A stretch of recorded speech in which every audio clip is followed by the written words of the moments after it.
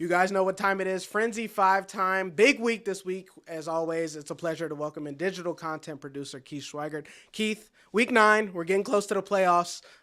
This is a huge week. Yeah, it only gets bigger from here on out. Obviously, the last 2 weeks of the regular season, and teams are not only worried about where they're going to finish in their divisions, but now they're officially looking ahead at those District 3 power rankings, which are used to fill out the brackets in all 6 classes. So a lot of big games, a lot on the line this week, and it should be a really exciting week to watch. Let's start with our game of the week. Southwestern at York High. Southwestern already matched their win total from last year. York High, of course, we know about Jaheim White at running back, the West Virginia commit. He's a beast. This one should be a good one. Yeah, there's a lot riding on this game, especially for York, because not only are they looking ahead to districts, but they still have the York Adams Division I championship to contend for. Right now they're a half game behind Central York, and they play Central York next week, so that's a big showdown.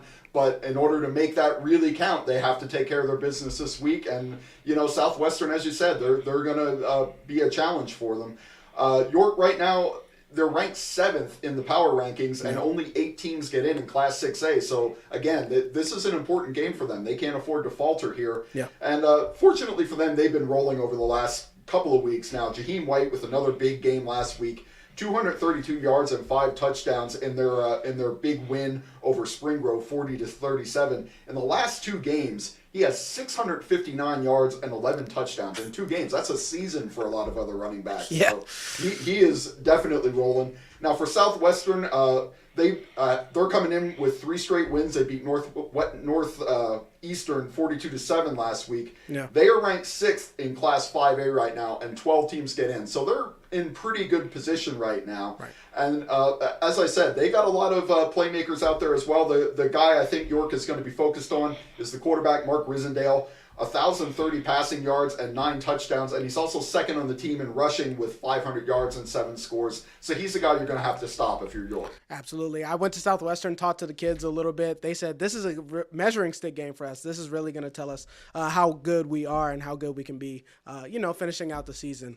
Let's move on to the mid-pen. Trinity and Steel High. This one should be another good one. Steel High's been rolling over everyone. No pun intended. Yeah. But and Thursday night game as well. So, they're getting a little bit of an early start on it. For Steel High, as you mentioned, they are on a roll. They're ranked first in the Class 1A power rankings. That's pretty much decided at this point. They're moving on to the playoffs. They're going to get fair field because only the top 2 teams advance in single A. There's only 3 single A teams out there. Right. So they're in tune-up mode at this point. But this is still big for them. They can still also add a Capital Division trophy here, but they have to take care of business against Trinity. Right now, those 2 teams are tied in first place.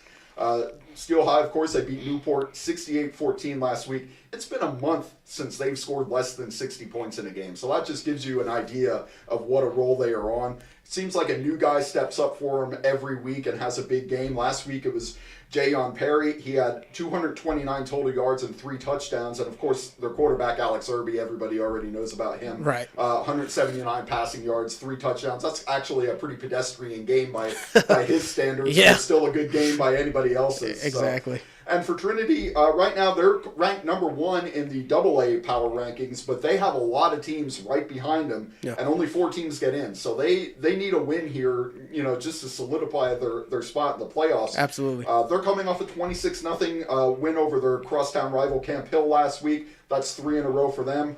Max Schlager and Messiah Mickens, the running backs, both did well in that game, and they're going to be players to watch if you're Steel High. So should be a good matchup, a Thursday night matchup, and we'll see how it unfolds for both of them.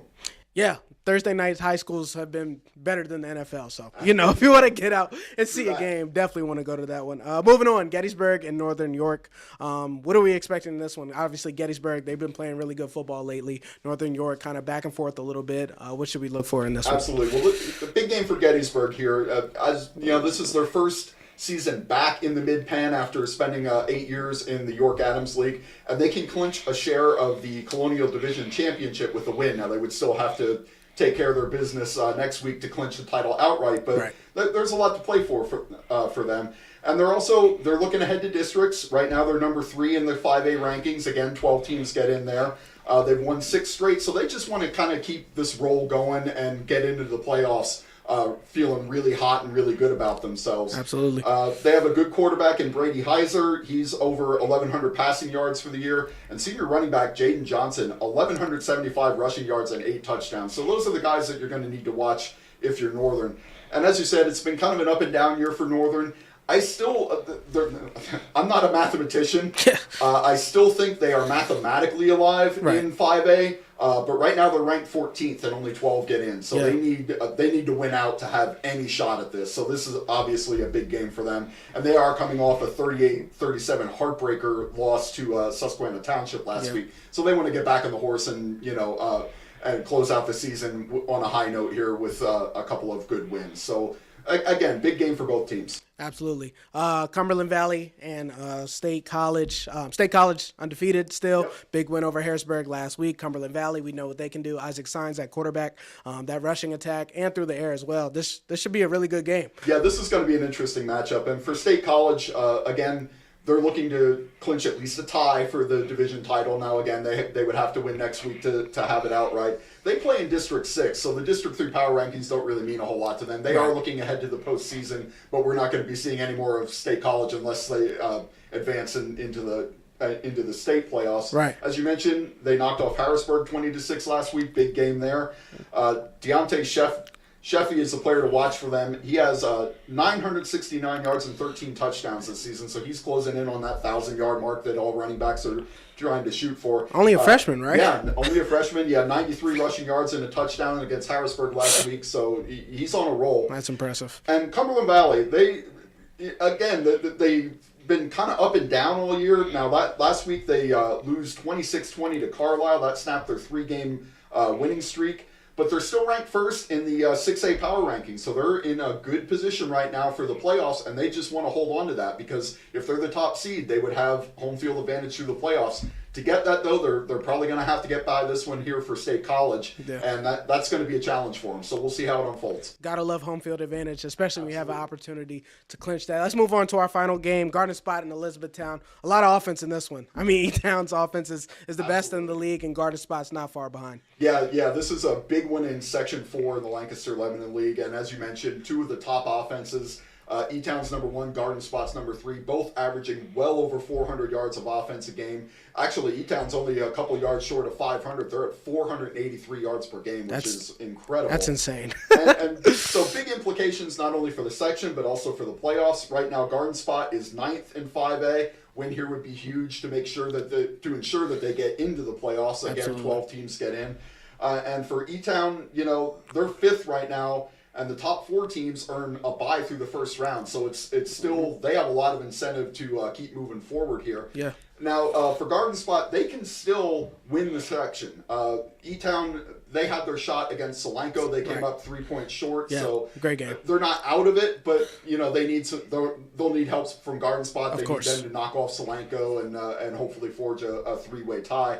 But, we're getting ahead of ourselves. Garden Spot Solanco's next week. That's going to be a big showdown. Right. Yeah, for this one, I don't know how you stop either of these offenses. There are playmakers all over the field. Yeah. For E-Town, it's the quarterback, Josh Ruby. He's the LLE passing leader right now. 2,200 passing yards and 23 touchdowns. Both of those stats lead the Lancaster-Lebanon League. He has the league's top receiver in Braden Cummings. 45 catches.